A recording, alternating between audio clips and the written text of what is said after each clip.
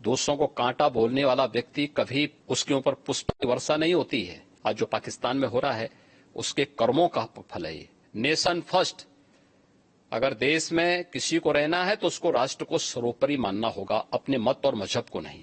Media के reporter के रूप में अगर आप तुलना कर रहे हैं तो महर्षि नारद ही थे।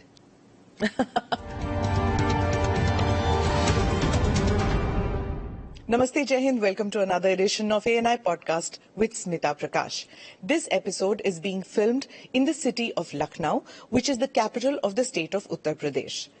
Before I introduce my guest, I am going to give you a quote from a bestseller book, The Monk Who Sold His Ferrari. According to this book, the secret to happiness is very simple. Find out what you love doing and then direct your energies towards that. My guest today did exactly that. He's a monk who found a purpose beyond divine pursuit. Yogi Adityanath is the two-time Chief Minister of Uttar Pradesh, the state whose population is more than that of France, Germany and UK combined. With a population of 230 million, making up 17% of India's population, UP would be the world's sixth largest country by population if it were a real country. A state that was considered one of the most backward in India for over 100 years. A state that sent indentured labourers to British colonies when India was under colonial rule. Yet, it's also the state from where independent India got 9 of her prime ministers. Yogi Adityanath, the two-term Chief Minister of the state, is a monk who wears his Hindu identity with pride. He's been pilloried for being majoritarian and riding roughshod with Muslims who constitute 19% of the population of Uttar Pradesh. For those viewers not familiar with Yogi Adityanath's political beginnings, Yogi ji ने 1996 में महंत अवैधनाथ के लिए चुनाव प्रचार शुरू किया। 1998 में महंत अवैधनाथ ने सक्रिय राजनीति से संन्यास लिया और अगले लोकसभा चुनाव के लिए उन्होंने योगी आदित्यनाथ को अपना उत्तराधिकारी और उम्मीदवार घोषित किया और फिर 1998 में योगी आदित्यनाथ 26 वर्ष की आयु में गोरखपुर निर्वाचन क्षेत्र से सबसे कम उम्र वाले लोकसभा सदस्य बने। Today's conversation with Yogi Adityanath is going to be something which has never been seen before. That much I can promise you. प्रणाम योगी जी, ANI पॉडकास्ट में आने के लिए धन्यवाद। आपके राजनीतिक जीवन के बारे में मैं पॉडकास्ट के दूसरे हिस्से में बात करूंगी। पहले मैं जानना चाहूंगी कि आप धर्म योगी कब, कैसे, क्यों बने, क्योंकि इतनी छोटे से उम्र में आप में ये त्याग की भावना क्यों जागी? आप साइंस के स्टूडेंट थे, तो साइंस और धर्म ये कैसे मिलाप हुआ? देखिए, सबसे पहले हम लोगों को धर्म समझना पड़ेगा। भारत की परंपरा को अगर हम जानना चाहेंगे तो भारत ने केवल उपासना विधि को धर्म नहीं माना है, कर्तव्य और सदाचार को धर्म को का एक रूप माना है और धर्म को उससे जोड़ करके देखा है। धर्म एक व्यवस्था है, एक वे ऑफ लाइफ है, जिसको आप एक जीवन पद्धति कह सकते हैं। वो जीने की एक कला है। विज्ञान उसके उन्नयन का एक माध्यम है। अध्यात्म उसकी चरम स्थिति, यानी साइंस उसका एक बहुत छोटा सा पार्ट है। हम जब भौतिक दृष्टि से देखते हैं तो साइंस का एक अन्वेषण होता है, एक एक्सपेरिमेंट हो जाता है। लेकिन जब चेतना का विस्तार हम करेंगे तो चेतना का वह विस्तार अध्यात्म की एक नई ऊंचाइयों तक पहुंचाएगा, जहां पे व्यक्ति किसी कार्य का केवल सृष्टा ही नहीं बनेगा बल्कि उसका दृष्टा भी बन सकता है। और यही वैदिक ऋषियों ने किया था जी। इसलिए स्वाभाविक रूप से एक सीमित क्षेत्र और एक सीमित भूमिका के साथ आगे जाने के बजाय उसमें स्वयं प्रवेश करके देखो क्या है, तो बहुत कुछ देखने को मिल रहा है। तो उन चीजों को लेकर के इसलिए मैंने अध्यात्म का सहारा लिया और उससे आगे बढ़ करके फिर उस अन्वेषण की यात्रा हमारी लगी हुई, एक साइंस के स्टूडेंट के साथ साथ एक योगी के रूप में उस दिशा में आगे कार्य कर रहे हैं। नाथ समुदाय के बारे में कुछ बताइए हमें कि उसमें ऐसी क्या बातचीत थी कि जो आप इतनी कम आयु में आप जुड़ गए उस समुदाय से? देखिए, नाथ संप्रदाय भारत का प्राचीनतम संप्रदायों में से एक है। यह भारत की एक उस विशिष्ट साधना पद्धति का प्रतिनिधित्व करता है जो वास्तव में व्यवहारिकता को लिए हुए है और व्यवहारिक दृष्टि है। यद्यपि सभी संप्रदायों की अपने अपने दर्शन हैं, अपने अपने मंत्र हैं, अपनी अपनी पद्धतियां हैं, सब में श्रेष्ठता है और उसमें मुझे जो उचित लगा मैंने उस समय वो किया और उस समय के जो सर्वश्रेष्ठ संतों की परंपरा थी, महंत अवेद्यनाथ जी महाराज को मैंने अपने पूज्य गुरुदेव के रूप में चयन करके मैंने उनसे दीक्षा ली। एक गुरु का मिलना वो भी एक it's a matter of luck भी कहिए, फेट कहिए। तो जब आप मिले उनसे तो आपको उसी वक्त पता लग गया था कि ये मेरे गुरु बनेंगे? देखिए, पता किसी को नहीं लगता है और ये लक भी नहीं है, ये जन्म जन्मांतर का प्रारब्ध है और ये उसी के साथ जुड़ता है। देखिए, आप जिस घर में पैदा हुए हैं तो आप लिख के थोड़े गए थे, आपका प्रारब्ध था। आप एएनआई के माध्यम से कार्य करेंगे, जन सेवा का कार्य करेंगे, यह भी एक प्रारब्ध है। ऐसे ही ये हर एक व्यक्ति के साथ जुड़ा हुआ है। उसके लिए हमें चेतना को अपने विराट विस्तार देना होगा, समझ में सब आ जाएगा। तो जब आपने अपने घर में बताया कि मैं गुरु से मिला हूं, मैं घर छोड़ के त्याग की जिंदगी बिताना चाहता हूं, तब घर में रिएक्शन क्या हुआ? नहीं, देखिए, कोई माँ बाप इसके लिए अपनी सहमति नहीं देता है क्योंकि उनका अपना एक दायरा है, उनका एक दायरा है जो उनका एक सीमित क्षेत्र है। उस सीमित क्षेत्र को उसी को बंधन कहते हैं। हमारे यहाँ कहा गया ना, मन एवं मनुष्याणाम कारणम बंध मोक्षयो। व्यक्ति के बंधन और मोक्ष का कारण उसका मन है, जो सोचता है कि मैं मेरा परिवार, ये जब भावना आती है ना तो व्यक्ति उस तक सीमित रहता है और यही उसके बंधन का कारण है।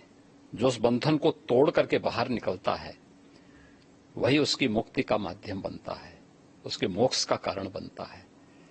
और उस बंधन को जो भी तोड़ेगा, ये बंधन हर एक क्षेत्र में व्यक्ति के जीवन में आते हैं। कष्ट हुआ आपको? एक विद्यार्थी अगर अपने बंधन को नहीं तोड़ेगा, एक क्लास में ही कहेगा कि नहीं मुझे तो इसी क्लास में रहना क्योंकि मुझे अच्छा लगता है, क्या वो अगली क्लास में जा पाएगा? नहीं जा पाएगा। एक शिक्षक कहेगा कि नहीं मुझे तो जहां नियुक्ति मिली है मैं उसी रूप में, या कोई कार्मिक इसी रूप में कहेगा कि मुझे वही काम करना है, क्या वह आगे बढ़ पाएगा? नहीं बढ़ पाएगा। उसको एक बंधन तोड़ना होता है। एक क्लास में है, क्लास के बंधन को तोड़ करके अगली क्लास में जाता है, उसका प्रमोशन होता है। तो हर एक व्यक्ति के जीवन में इस प्रकार की स्थितियां आती हैं। एक धर्म योगी से आप फिर राजनीति में आए, उस सफर के बारे में बताइए। और एक और सवाल मेरे मन में उठ रहा था, जैसे आप बता रहे थे कि एक इंसान जो दुनियादारी और बंधनों से आप निकल चुके हैं, तो उस वैराग्य से आप अगर राजनीति में आते तो उसमें कॉन्फ्लिक्ट नहीं हुआ आप में? देखिए, यही अंतर है। धर्म योगी नहीं, योगी योगी होता है और मैं एक योगी हूं।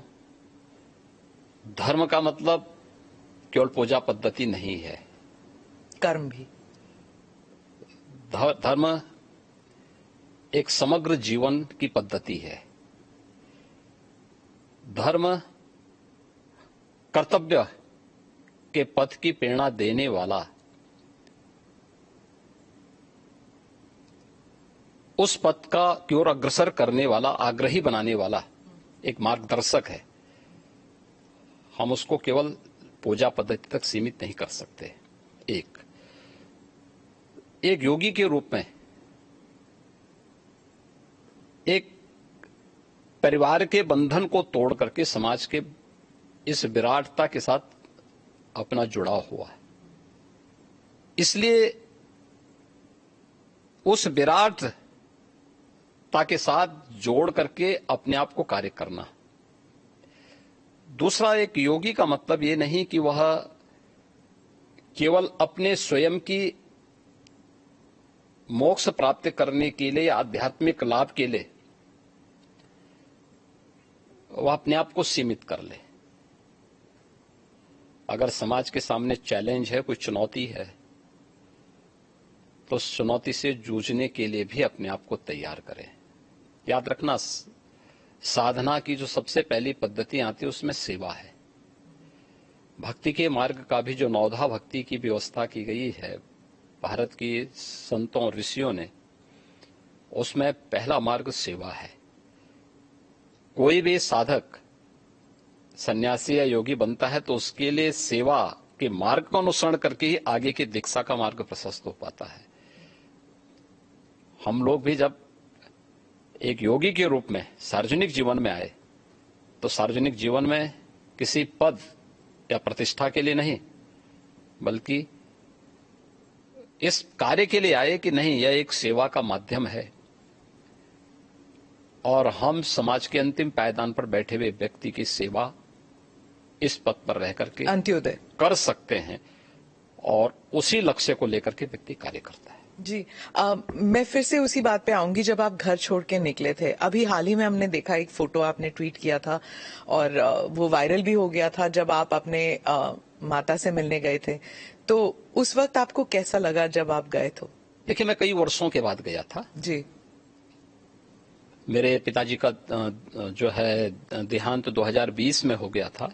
मैं उससे पहले उनसे या अपने परिवार के लोगों से कई वर्षों से नहीं मिल पाया था। संयोग से कोरोना कालखंड प्रारंभ हो चुका था, लॉकडाउन प्रारंभ हो चुका था, तो उनके अंतिम संस्कार कार्यक्रम में मैं भाग नहीं ले पाया था। आपके पिताजी के? हाँ। तो मुझे जब गत वर्ष अवसर मिला था तो मैं अपनी मां से मिलने के लिए जरूर गया था। तो स्वाभाविक रूप से एक मां और पुत्र के बीच में जो संवाद होने चाहिए वही संवाद वहां पे हुआ। आप उनके अंतिम संस्कार के लिए नहीं जा पाए, पर जब वो आपसे मिलने आते थे, आप उस वक्त चीफ मिनिस्टर थे, तो वो एक आम नागरिक की तरह आते थे, सीएम के पिता के रूप में नहीं आते थे? नहीं, यहाँ वो कभी नहीं आए। वो मुझसे मिलने के लिए, मेरी एक बार उनसे मुलाकात हुई थी नजीमाबाद में, और नजीमाबाद में मैं एक चीनी मिल के उद्घाटन में गया था। तो भाषण करते हुए मैंने देखा सामने जो है कोई बैठा है, तो मैं पहचान गया उनको। मैंने कहा ये तो मेरे पिताजी हैं लगता है। वो सभा के बीच में बैठे हुए थे।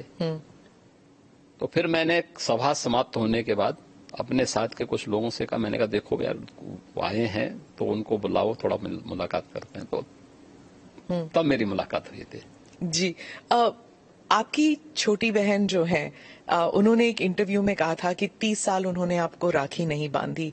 2022 में एक इंटरव्यू में उन्होंने कहा कि कई वर्ष पहले जब उन्हें पता लगा कि आप घर छोड़ के आप योगी बनने के लिए निकले हैं, तो उन्होंने कहा कि वो भिक्षा मांगने वाले संतों में आपको ढूंढ रही थी और मिले नहीं आप उन्हें।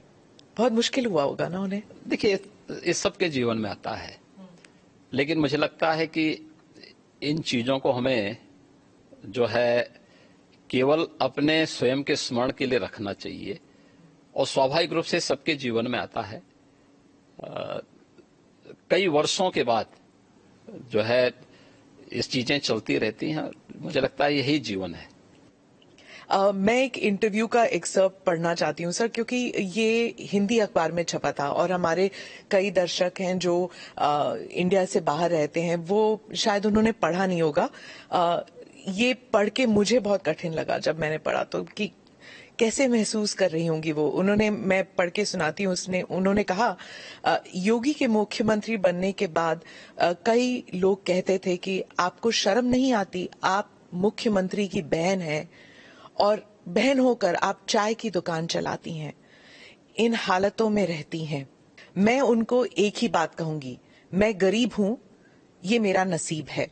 शर्म तब आनी चाहिए जब आप कोई गंदा काम कर रहे हो, किसी के हक का छीन कर खा रहे हो। मैं तो मेहनत करके अपनी गुजर बसर करती हूँ। ठीक बात है।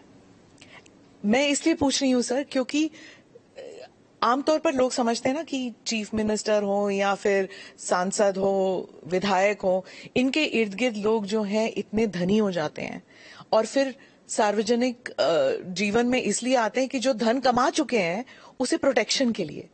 और एक ये इंटरव्यू है आपकी बहन का।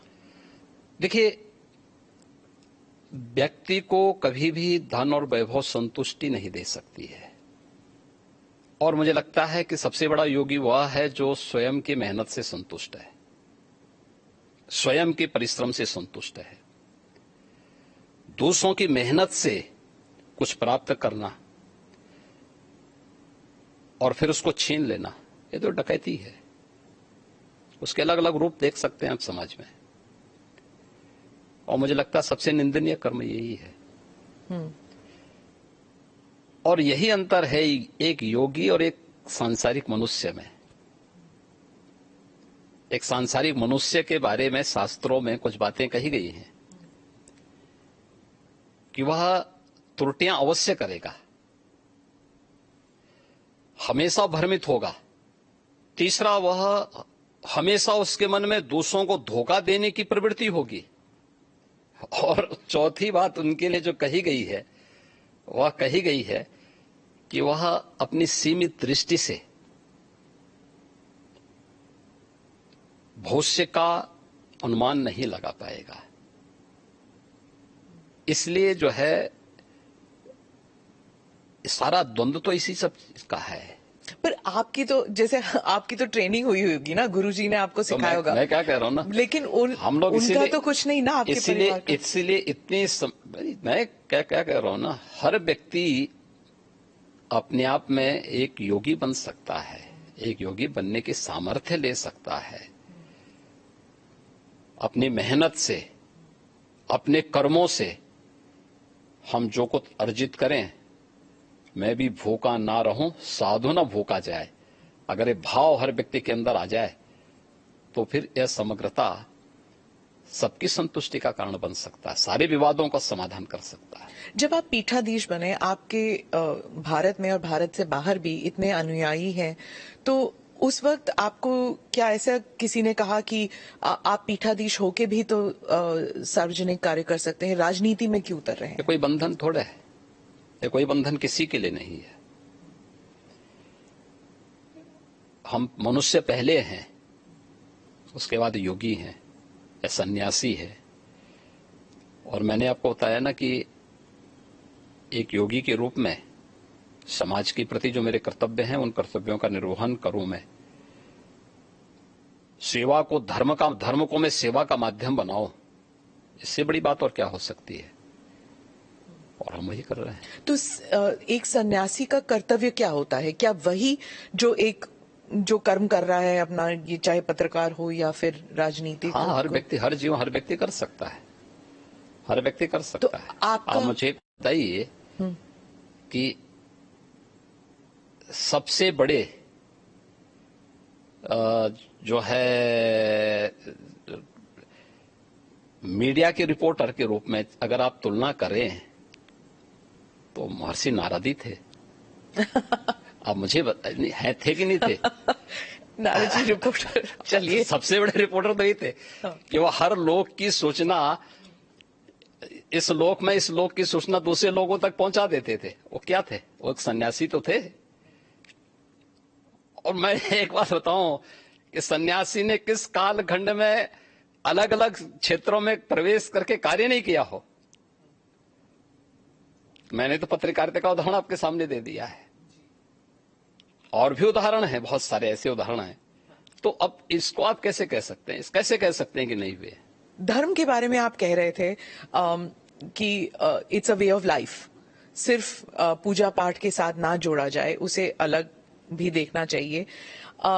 एक बार आपने कहा था, लेकिन आपके साथ जैसे आपकी जो वेशभूषा है, इसलिए क्या लोगों ने आपको ये नहीं कहा कि अब आप सन्यासी की वेशभूषा जो है वो अलग कर दीजिए, अब आप राजनीति में जा रहे हैं, संसद में जा रहे हैं? हमारे यहाँ कोई ड्रेस कोड पॉलिटिक्स में नहीं है।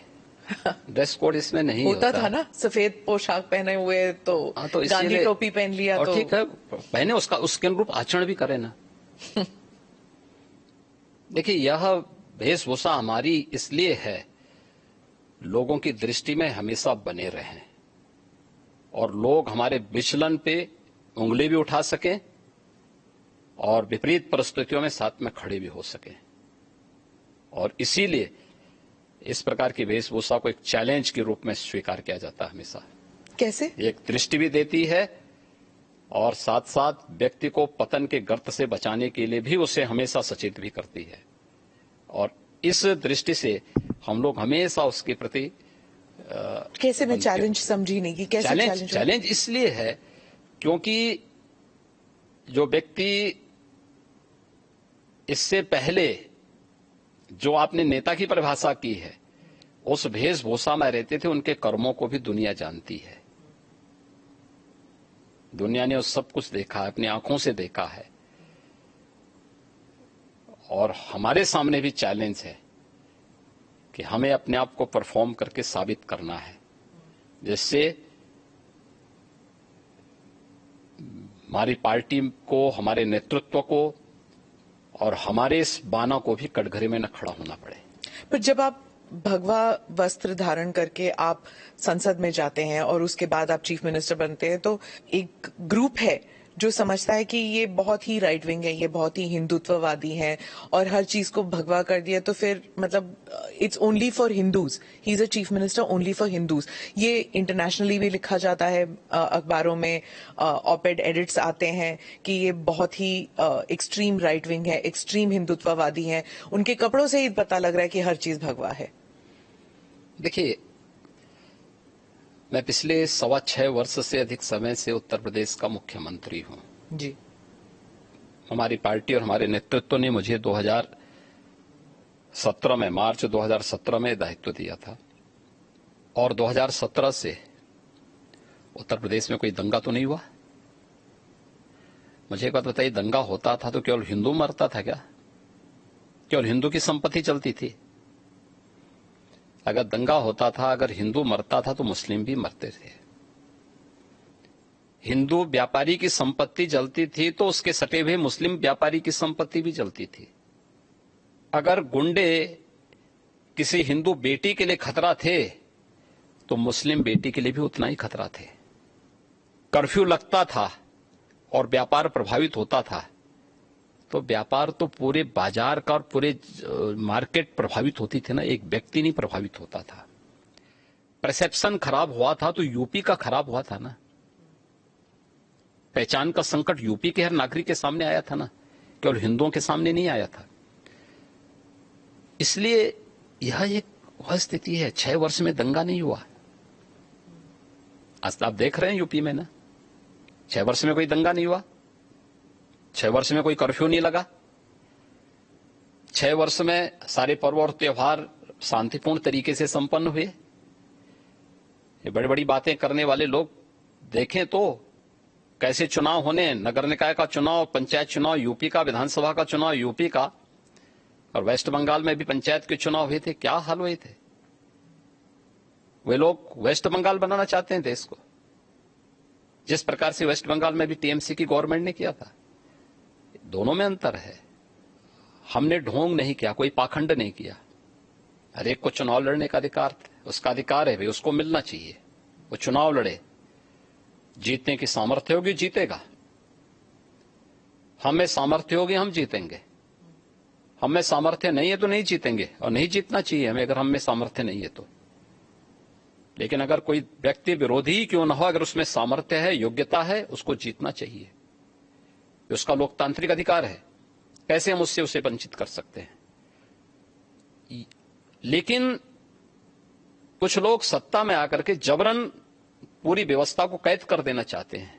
और जो वेस्ट बंगाल में हमको देखने को मिला सबको, कैसे वहां विरोधी दलों के कार्यकर्ताओं को मारा गया, ये चीजें आंखों को खोलने वाली हैं। इस पे तो कोई बोलता नहीं, इस पे कोई टिप्पणी नहीं करता है, सब मौन है। 1990 में कश्मीर में जो कुछ हुआ उस सब पे सब लोग मौन थे। आखिर ये दोहरा दृष्टिकोण क्यों? और इसीलिए पब्लिक विश्वास नहीं करती इन लोगों में। योगी जी के डर से यहाँ पर मेरा कौन डर है?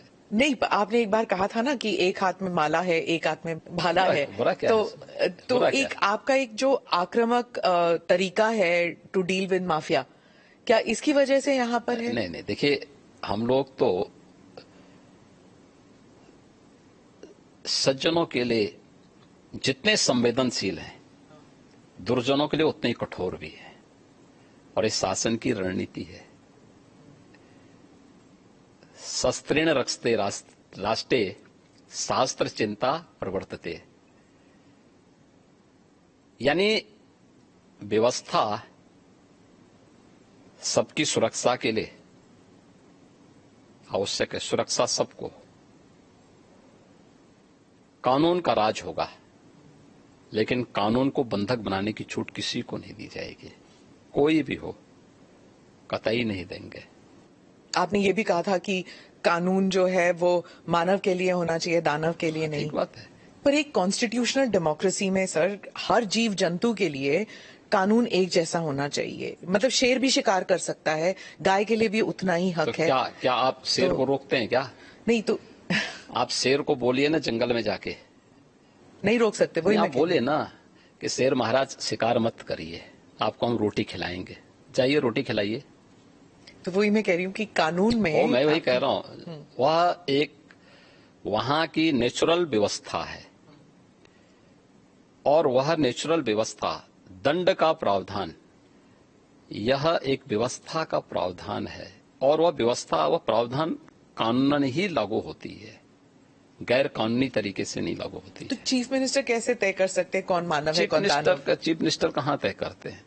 चीफ मिनिस्टर तो एक बात बोलते हैं कि भाई देखो शांति बनी रहनी चाहिए। हम तो हमेशा शांति का उपदेश देते हैं। कुछ लोग तो नहीं मानते कि आप शांति, सिर्फ शांति, मतलब आप बुलडोजर बाबा, ये सब आपके साथ, आपके नाम के साथ जुड़ा हुआ है। और आपका जो एक सिस्टम बना है, बाकी चीफ मिनिस्टर्स भी उसको कॉपी करने लग गए हैं। मुझे एक जगह आप बुलडोजर बाबा है तो वहां बुलडोजर मामा भी आ गए हैं। मुझे एक बात बताइए, जितने बड़े प्रदेश में इंफ्रास्ट्रक्चर का डेवलपमेंट होना चाहिए कि नहीं होना चाहिए? जी। और क्या इंफ्रास्ट्रक्चर के लिए क्या आज भी हम कुदाल और फावड़ा लेकर के जाएंगे कि हमें उसके लिए बुलडोजर और आधुनिक मशीनें चाहिए? बुलडोजर बाबा उसके लिए नहीं कहा जाता आपको सर, आप भी जानते हैं। अब इंफ्रास्ट्रक्चर के मार्ग में कोई बाधक होगा, यहाँ पहले होता क्या था, कोई कार्य स्वीकृत होता था, अभी पैसा अलॉट हुआ नहीं कि माफिया जाके जबरदस्ती हड़प करके सामान गिरा देते थे। अब लैंड का अलॉटमेंट हो रखा है कि यह हाईवे यहां से अयोध्या के लिए बनना है, ये बाराबंकी होते हुए बनना है, तो सत्ता प्रायोजित माफिया क्या करते, कहते नहीं नहीं अब ये यहां से नहीं बनेगा, हमारी सुविधा इधर से है, हम इसको यहां से बना करके वो अपना वहां पे मिट्टी और गिट्टी सब गिराना प्रारंभ करते थे, आधा दोरा काम छोड़ के पैसा निकाल लेते थे। ये सत्ता में बैठे हुए लोगों की हिम्मत नहीं थी कि उन माफियाज को रोक सके। आप मुझे बताइए, इस माफिया के लिए बुलडोजर चला करके उसको ध्वस्त करके जो अलॉटमेंट सरकार ने तय कर रखा है, इस पे ही हाईवे बनेगा और उसी पे नियम के अनुसार कार्य होगा, यह तय करना इस सरकार का काम है या नहीं है? यही सरकार का कार्य है और सरकार यही कर रही है। पर जैसे आपके प्रदेश में 19% मुसलमान पॉपुलेशन है, और कई लोग कहते हैं, उस समुदाय के लोग कहते हैं कि आप वो बुलडोजर को उनके घरों को तोड़ने में इस्तेमाल करते हैं। कोई निर्दोष मुस्लिम आके बता दे कि मैं निर्दोष था, मेरे साथ अन्याय हुआ है, कोई बता दे, कोई नहीं बोल सकता। और फिर न्यायपालिका तो सबके लिए खुली है ना। पर जैसे अगर किसी ने कानून तोड़ा है, जैसे ये माफिया के लोग हैं, पर उनका घर तोड़ना क्यों जरूरी पड़ गया? नहीं, अगर किसी ने सरकारी संपत्ति पे कब्जा किया है तो उसके लिए क्या करूं? आरती लेके जाऊं, थाली सजाऊं उनकी? जब तक होता था। उत्तर प्रदेश की जनता क्या चाहती है? उत्तर प्रदेश की जनता यही चाहती थी कि उनको सुरक्षा मिले और इन गुंडा तत्वों पर, इन माफियाज पर सख्ती हो। बीजेपी को प्राप्त जनादेश इस शक्ति की ओर लगातार इशारा करती है, आम पब्लिक के सेंटिमेंट को इसके साथ जोड़ती है। 19 से 20% आबादी हो या 100% आबादी, कानून का राज सबके हित में है और वही समृद्धि का मार्ग भी आगे बढ़ाएगी।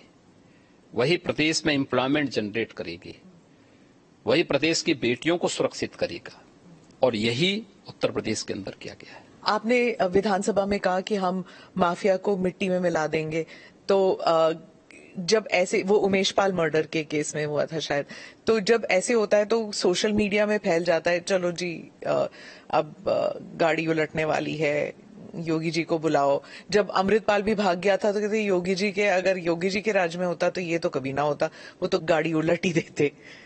देखिए, कानून का राज हर हाल में होना चाहिए और सुरक्षा की गारंटी हर व्यक्ति को मिलनी चाहिए। सरेआम एक अधिवक्ता की कोई हत्या कर दे, ये स्वीकार्य नहीं हो सकता है। और जो लोग इन माफियाज को संरक्षण करते थे, तो उनको विधानसभा में भी संदेश दिया गया था कि माफिया को बहुत संरक्षण दे हो, ये माफिया मिट्टी में मिल जाएंगे, चिंता मत करो। आप रिग्रेट नहीं करते हैं ये आपने जो कहा? नहीं, काहे, किस बात के लिए? कुछ भी गलत नहीं था। यही तो आपका जो ये आक्रामक एक स्टाइल है, उस स्टाइल को बहुत से लोग कॉपी करने लग गए हैं, या उस स्टाइल को लेकर एक योगी स्टाइल बन गया है कि देखिए, हाँ, कोई स्टाइल नहीं है। देखिए हम लोग, आप मना नहीं करें, हम लोग तो एक सामान्य उसके तहत काम करते हैं। देखिए, जो समाज के अनुकूल है, एक सामान्य नागरिक के अनुकूल है, प्रदेश के अनुकूल है, हम वही करेंगे। विधानसभा में आपके और अखिलेश जी के बीच में जैसे जब स्पीचेस चलती हैं, आप कुछ कह देते हैं, फिर वो वापस कुछ कहते हैं, फिर आक्रमण, आप जैसे कोई इंडिया पाकिस्तान मैच चल रहा हो वैसे चलता है आपका। देखिए, कोई इंडिया पाकिस्तान नहीं है, ये हिंदुस्तान है। ये पाकिस्तान तो दलिद्रता की नई पराकाष्ठा को प्राप्त कर रहा है और उत्तर प्रदेश देश का सबसे समृद्ध राज्य है। उत्तर प्रदेश प्रकृति और परमात्मा का प्रदेश है। इतनी फर्टाइल लैंड हमारे पास है, किसान यहां पर समृद्ध है, समृद्धि की ओर अग्रसर हो रहा है। इसलिए उत्तर प्रदेश के किसी भी पक्ष को, चाहे वह सत्ता पक्ष हो या विपक्ष हो, पाकिस्तान से उसकी तुलना नहीं होनी चाहिए। इंडिया के बारे में आप क्या कहते हैं? INDIA जो विपक्ष का वह इंडिया नहीं बोलना चाहिए। I.N.D.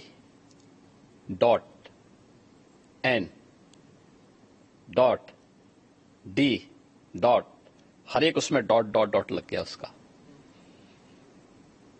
तो चोला बदलने से पिछले कर्मों से मुक्ति नहीं मिल जाएगी। जनता तो पुराने करामातों को देख रही है।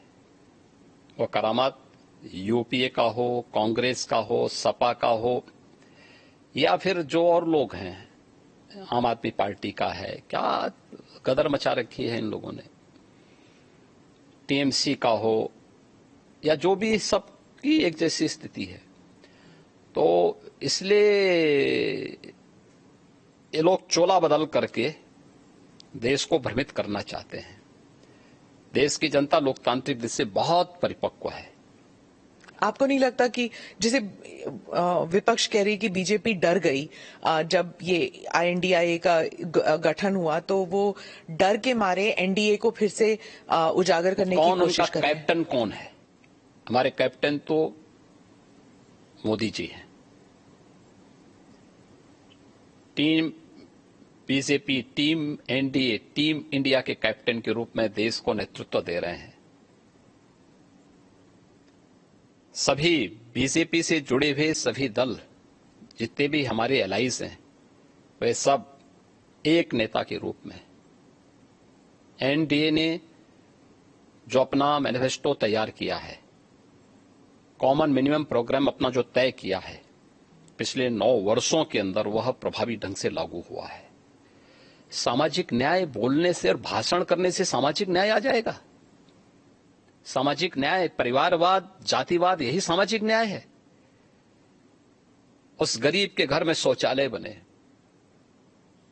उस गरीब को मकान मिले, उस गरीब को राशन मिले, उस गरीब को स्वास्थ्य की सुविधा मिले, उस युवा को रोजगार की व्यवस्था हो, उस किसान के जीवन में भी खुशहाली आए, उस महिला को भी सुरक्षा के साथ, सम्मान के साथ जीने का अधिकार मिले। किसने रोका था यूपीए को? किसने रोका था यूपी में समाजवादी पार्टी को? किसने रोका था वेस्ट बंगाल में इतने दिनों से टीएमसी की गवर्नमेंट है? किसने रोका है वहां पे? क्यों वहां माताएं रो रही हैं? क्यों वहां बेटियां अपने आप को सुरक्षित महसूस कर रही हैं?